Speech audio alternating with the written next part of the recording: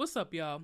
Welcome to the Hood Soft Life podcast. I'm your host, Sabrina, and in this podcast, we talk about navigating the challenges that come with growing up in the hood and leaving those challenges behind for a soft life.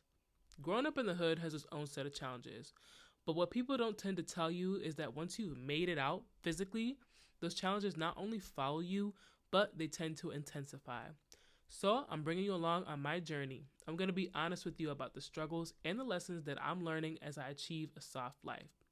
In this first episode, I want to talk about what is the hood, really providing people with a definition and some examples of what it's like to live there and the people who are from there, as well as addressing some misconceptions and stereotypes people have about the hood and the people from there, and giving my top 3 pieces of advice for somebody who is still living in the hood looking to get out. Or maybe you've moved out of the hood, but you're finding that you're struggling with the consequences of having grown up there. So let's get started.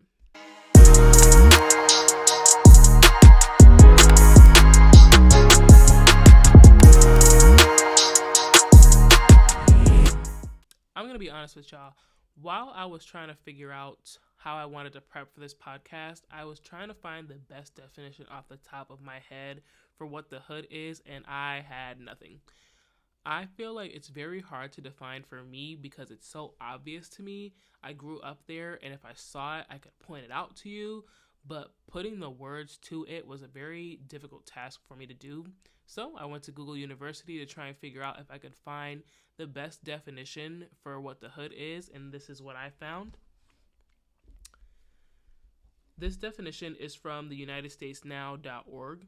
And it says, a hood, also known as a ghetto, is a specific area where people sharing a similar ethnic or racial background live. The word hood is essentially the slang alternative for neighborhood, although it has come to mean much more. For example, hood now brings to mind a poverty-stricken area that is within the confines of an urban area. In contrast, poor neighborhoods in rural areas are often referred to as rural ghettos rather than hoods.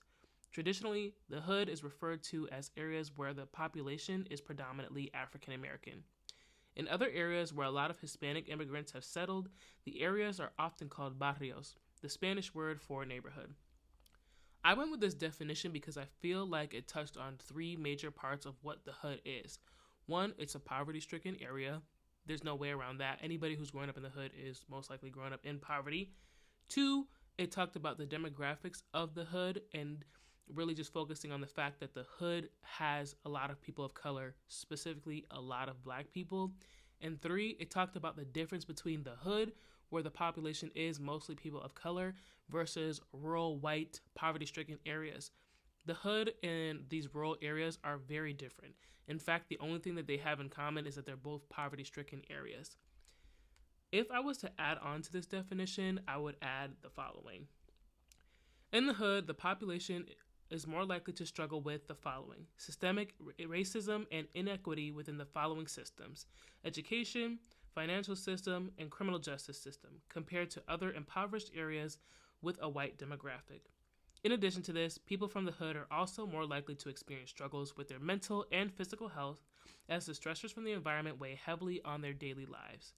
Despite all the challenges, many people from the hood become successful individuals who not only survive the perils of the inner city, but love their hometown and have a desire to make it better for everyone there. I feel like I wanted to add that because there's this common misconception that once we leave the hood, we just tend to forget about it. And while that might be the reality for some people, the majority of people who grow up in the hood are going right back to help their community. They're going to help their schools. They're going to help their family members. They're going to help the people that want to be helped because they know what it's like to live there. They know it's unfair, and they know that the best way to get out is to go and follow somebody who has already been through it. It's very hard to grow up in the hood and try to get advice on how to get out from somebody who's never been there. And so having that hand being extended to you from somebody who has been there firsthand and has officially moved out is something that is extremely beneficial for people. I do want to make a quick disclaimer, a couple actually. The first one is differentiating the difference between ghetto and hood. The only thing I didn't like about this definition was that it pretty much intertwined the words hood and ghetto as if they're supposed to mean the same thing. And I feel like a lot of people who are from the hood understand this. Those words are not the same. When you're referring to something as ghetto, it's usually a descriptive word and it's supposed to be offensive. You're usually referring to something that is lower class, unrefined, or cheap. Those are the three ways that I would best describe what ghetto is, versus hood is more of a place or a state of mind. And that's where we talk about the population is mostly African American, but there are also a lot of Latinx people who grew up in the hood as well.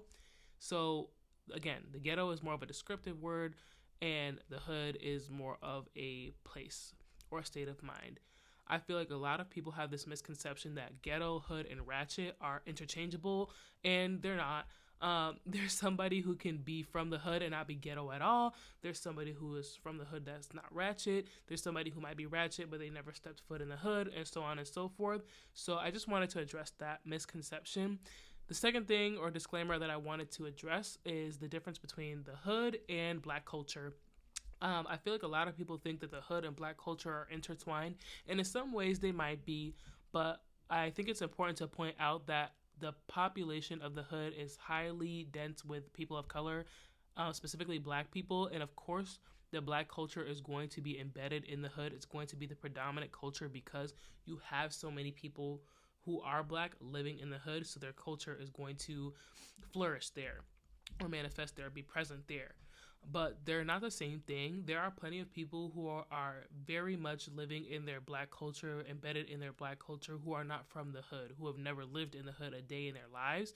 And I think there's this misconception that all black people are from the hood because we talk similarly, we dress the same way, maybe we listen to the same music, when that's really just us embedded in our black culture.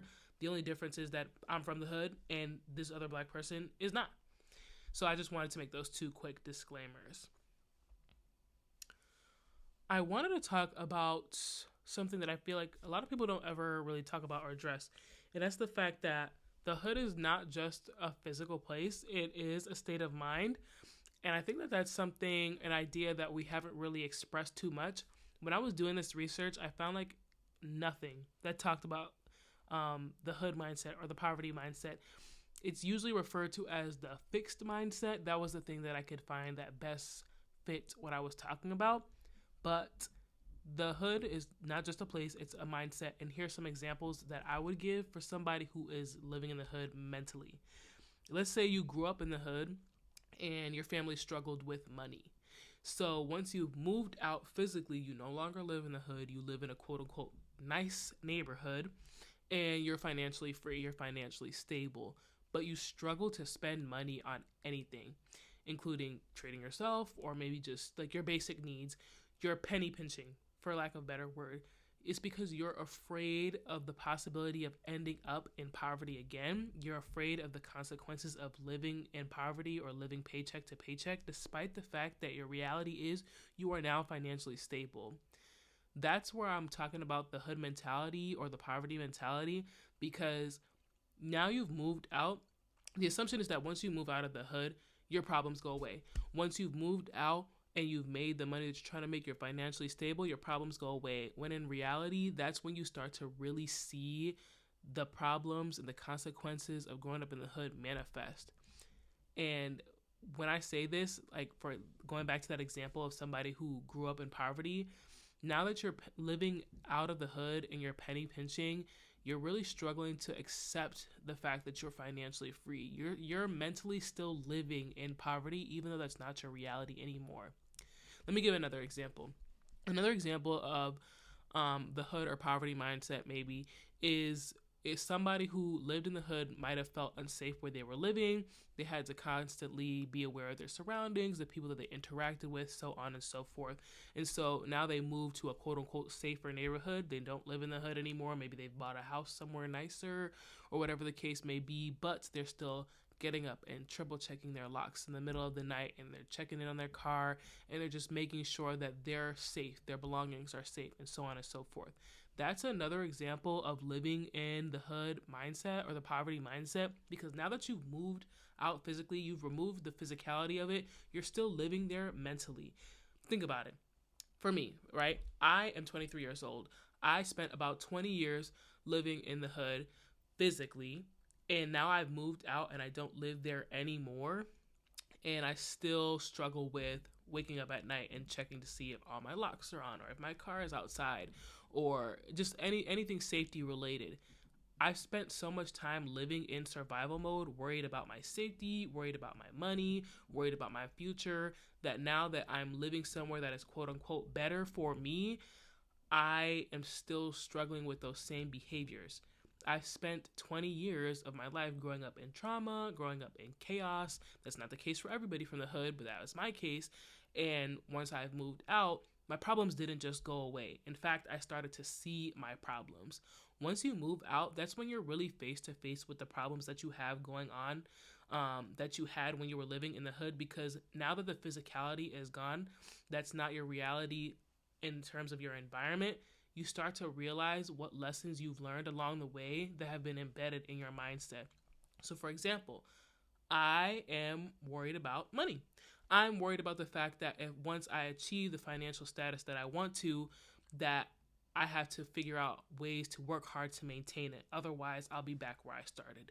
Or when I was in college, I was really worried about the possibility of dropping out because what would that mean? I'd have to move back home to the hood, and how am I going to get out then if I don't have a college degree? There's ways to get out, yes, but I had this fixed mindset of I have to take this very linear path. And if I don't take this path, I'm going to end up right where I started.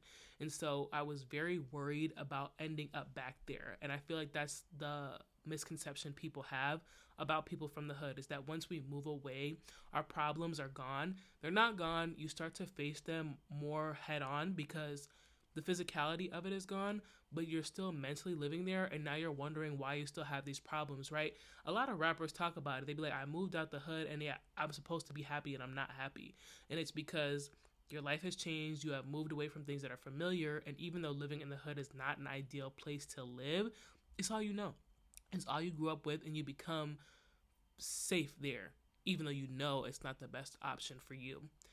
When I moved to the apartment that I live in now, I live in a white suburban area, and I felt very unsafe here. And that's when I was really acknowledging the fact that I live in survival mode, not just like the grinding everyday part of survival mode, which I do very much live in, but also worrying about my safety. And I will say, one, I'm worried about my safety because I am the only black person that lives here, as far as I know, as far as I've ever seen. But also, I'm worried about my safety because that's what I was used to growing up in the hood. I always had to make sure that the doors were locked. I always had to make sure that my car was outside or whatever the case may be. And so I still worry about those things here, even though I'm quote unquote not supposed to worry about those things anymore because I live in a safer neighborhood. So those are just some of the examples of how poverty or hood mindset can really run your life. Something I also wanted to talk about was living here in this suburban area. Although I know it's the best option for me, I still think about moving back to the hood. And the reason for that is because, one, I represent the majority of the people who live in the hood. Therefore, I feel represented and a bit safer. And two, growing up where I'm from, I made so many connections. I had lived there so long that I had a community of people that were looking out for me, and I didn't even know were looking out for me. And now that I've moved away, I don't have that anymore. And yes, I can build that here, but there's something about having a community from where you're from, having people who look like you, representing you, and just being there for you, uplifting you, and watching out for your safety. I don't have that here. And so sometimes I feel like I'd be safer and I'd be happier if I moved back. But I know that that's not the best option for me because I did grow up in an environment where there is a lot of chaos, and I developed a lot of unhealthy coping mechanisms living there. And so I would not move back. So it's really challenging once you've moved out to figure out how can you maintain this sort of safetiness or even happiness, because a lot of us are happy where we're at because we have family there, we have friends there, we have community there. And once you move out, you don't have that anymore. And so I'm trying to figure out how I can feel that way here in an environment that is quote unquote better for me. Earlier, I talked about a fixed mindset, so I just wanted to circle back to that. I feel like the best way to describe the hood or the poverty mindset that I've seen online is known as the fixed mindset. And for anybody who doesn't know, a fixed mindset is essentially where you believe that your talents, your personality, your intelligence, or your situations cannot grow. Pretty much wherever you're at now is the best that you're going to be able to do. Whereas a growth mindset is the opposite. You believe that your talents, your personality, your intelligence, and your situation can flourish. You can be better, your situation can be better, you can do better. And so I want to really stress the fact that if you're living in the hood and you're trying to make it out, the only way you're going to get out is if you adopt that growth mindset. Because if you're living in poverty and you're walking around with that poverty mindset and the idea that there's not enough, that you can't be better, that you can't do better, that there's not better for you, you're going to continue to live exactly where you're at. Because you believe that you've maxed out your potential and that's all you can do. So that's where you're going to be. Whereas if you adopt this growth mindset, you now believe that there's more for you. You can do better. You can excel. You can flourish. And you're going to start chasing those things that are going to help you grow and are going to help you get out. A lot of people who live in the hood have this growth mindset because they don't want to be there long term. And it's not necessarily because it's just not just because it's a quote unquote unsafe place to live. Some places are unsafer than others, but also because the American society has made it very challenging to flourish if you stay in a hood, even if you live in a safer area. So I just feel like the best thing that you can do is adopt a growth and abundance mindset, because that's going to be the thing that helps you move out of the hood, not only physically, but mentally as well. All right.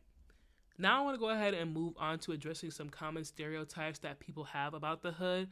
I talked to some friends, some family members that I have that are from the hood to get these common misconceptions and stereotypes, and I'm going to just touch on a few of them. The list is pretty long, and I don't want to take up too much time, but I'm going to go ahead and just read down the list. The first one is that the hood is a bad or unsafe place to live. Crime and violence is unavoidable. When you grow up in the hood, there is no making it out of the hood. The only way, or the most common way, to get out of the hood is by selling drugs. Or you can become a rapper or become an athlete. Most people in the hood are, know, or condone gangbangers and gangbanging. The people who grow up in the hood are not smart and they don't value their education. This is one that I wanted to address. I work in the education system here, and last year I worked at a school where we had a lot of anti-racism trainings, and we had to circle stereotypes that people have about students of color. And I circled this one, and I talked about how it's not that students of color or people from the hood don't value their education. They just don't value the education system that we have here in the U.S. When you grow up in the hood, you grow up a lot faster than a lot of people that don't grow up in the hood. And so you're faced with the realities of possibly paying bills, or maybe you're faced with the realities of having to find a job so that you can help pay for the bills, so on and so forth. Things like that, real things, everyday things. And a lot of the kids that I worked with were very hyper aware of the fact that we are not learning anything that's going to be useful. We're not learning anything that's going to help us get out of the hood. Geometry and trigonometry is not helping me get out of the hood, girl. It's not helping me pay my bills. It's not helping me find a good job. It's not getting me anywhere, in all honesty.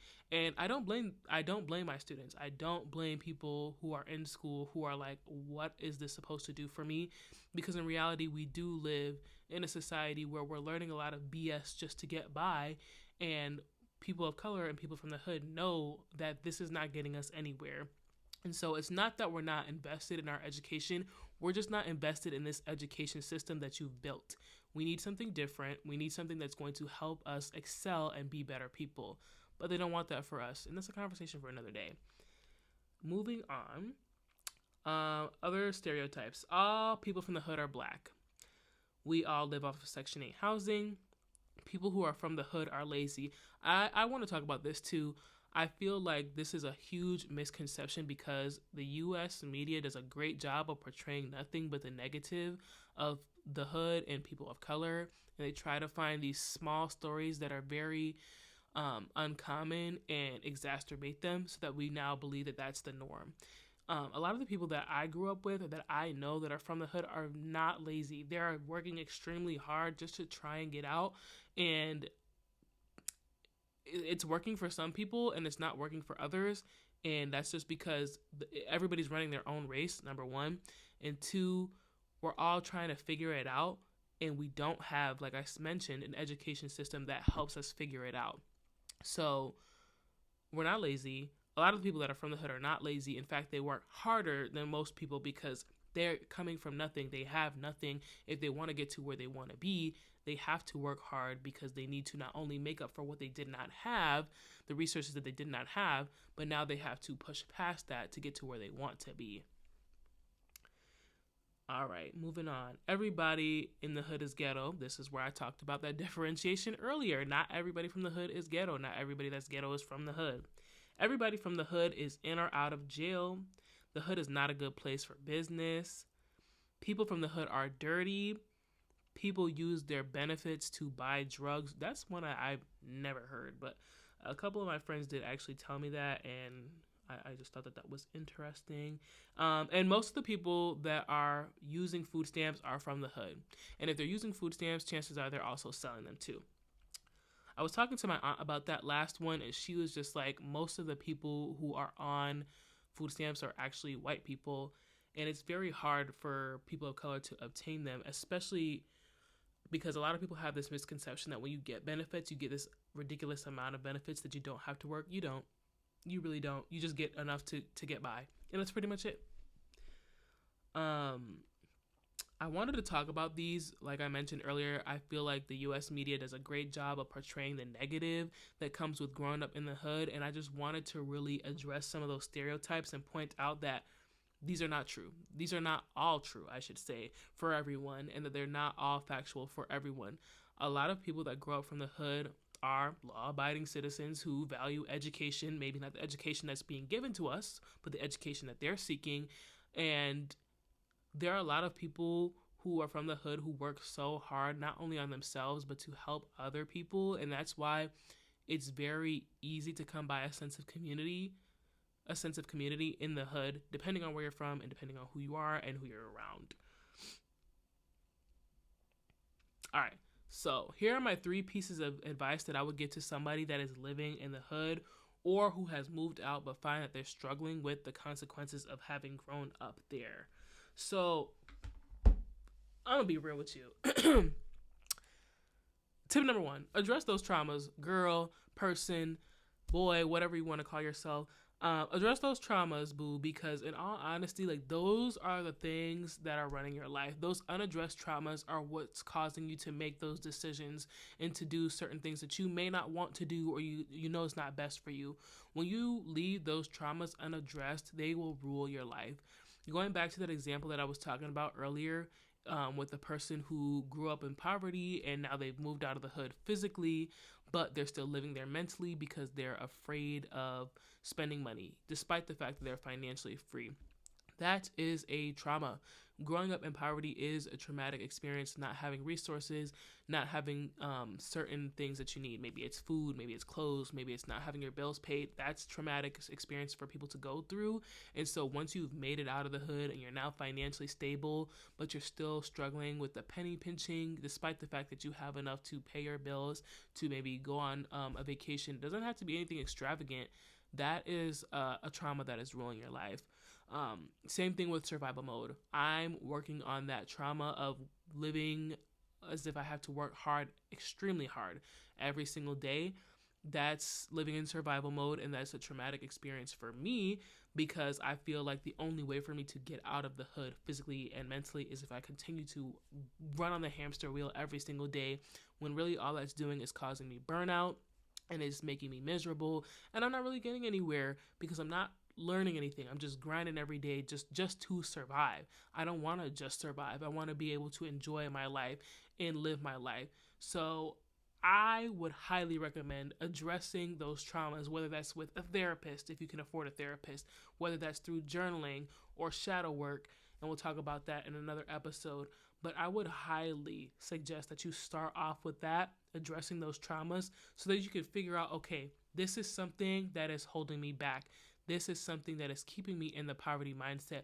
What can I do to minimize how this is going to affect my life, how this is going to play a role in my life, so that I can achieve that peace, so that I can achieve that soft life, so that I can be happier. Tip number 2 is to start making moves as if you're already living the life that you want to have. And I need to make a quick disclaimer.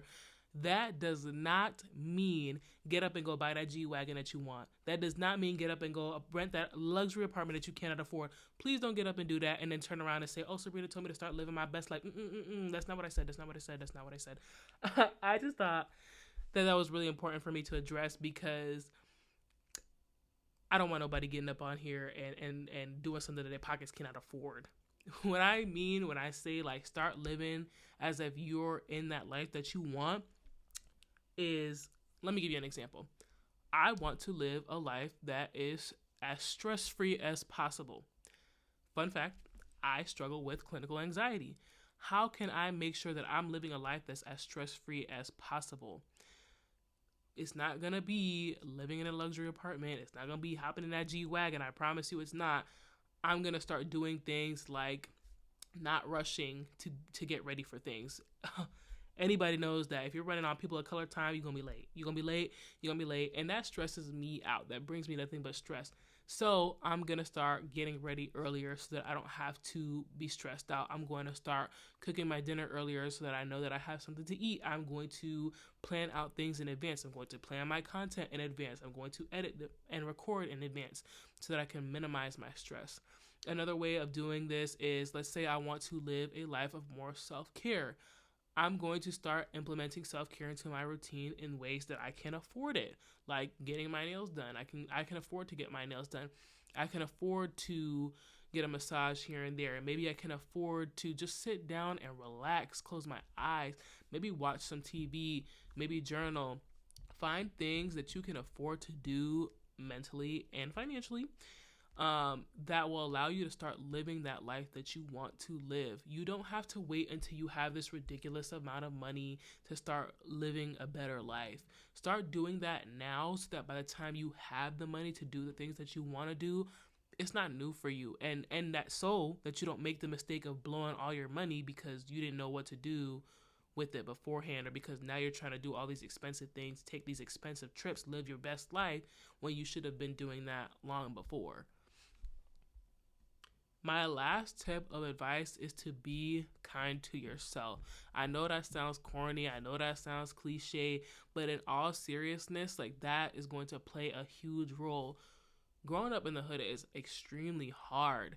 I don't think a lot of people give us enough credit for that, overcoming that and just going through those challenges. And you have all these negative connotations about the hood from U.S. media, maybe from peers, maybe it's from white counterparts or whoever the case may be. It might even be your own people. Sometimes your own people do you like that. But in all seriousness, like you have to be kind to yourself, because you're on a journey that's going to take you a lifetime. It's not going to be easy. It's not going to be quick. It's not going to be something that is straightforward. It's going to be ups and downs. There's going to be peaks and valleys, for lack of a better word. You're going to go through the motions. And when you're really struggling, you cannot afford to be rude. You cannot afford to be hard on yourself. You cannot afford to be critical. You should be accountable, most certainly, but you should also sit there and just remind yourself, I can do this. I am smart. I am educated. My past does not define who I am. Where I'm from does not define my potential. I have not maxed out my potential. Pour into yourself in a positive way, not just with self-care, like getting your nails done and the stereotypical stuff or like the outward stuff, but also pour into yourself internally as well with those kind words, with how you treat yourself as well. Take care of yourself, take care of your body, be kind to your body as well. I think that is something that we tend to throw under the radar because we're so used to, I gotta go to work, I gotta go to school, I gotta do what I gotta do to get to where I need to be. But what if you get there and now you're extremely unhealthy, Or what if you get there, but now you're miserable because you spent your entire life being so hard on yourself, berating yourself to get to where you wanted to be, that you can't enjoy where you are now. Start living as if you are where you want to be, so that when you get there, it's not this culture shock. You're not going to waste all your money. You're not going to be miserable. Start addressing those traumas as well. I really want to bring it back to that, because that is going to be the thing that controls how you run about your life, how you handle your daily situations and everyday life. All right. Before we close out for this first episode, I want to do an affirmation. And I'm not going to lie, affirmations for me is something that I'm still working on. They definitely are uncomfortable when you first start, because it's almost like you're lying to yourself. And so you really want to get into the habit of speaking kindly to yourself and speaking positivity upon yourself and upon your life. And so I feel like affirmations are a great way to do that. They are uncomfortable, but push past that uncomfortability, because I promise you they will make a huge difference in the way you start operating in life. So the affirmation that I have for today is: my traumas do not define me. I have the power to choose, and I choose peace. I would recommend that you say that at least 3 times to yourself, whether that's in the mirror. If you're not comfortable saying it out loud, maybe you want to write it down on a notepad or something. But definitely remind yourself that your past does not define you. Your traumas do not define you. You have the power to choose, and you should choose peace. And I'm just going to say it one more time for myself. My traumas do not define me. My past does not define me. I have the power to choose, and I choose peace. All right, y'all. That's all I have for today's episode. Let me know how you think this first episode went. Give me some advice of what you want to hear next. Give me some feedback for how you feel like the podcast episode went. And also, have a conversation with me about the topic for today. Tell me what you feel about the definition from the hood, some of the examples that we talked about. Give me some feedback on what you really feel like was the best for you. And just really be interactive with me. I want to hear what you guys have to say, and I really want to interact with you. If you are not following The Hood Soft Life on YouTube, make sure you check us out on YouTube. We are also on Spotify, Apple Podcasts, and we're on TikTok at the HSL Pod and Instagram at the HSL Pod. Follow us for more, and I'm going to see you on the next episode. Bye.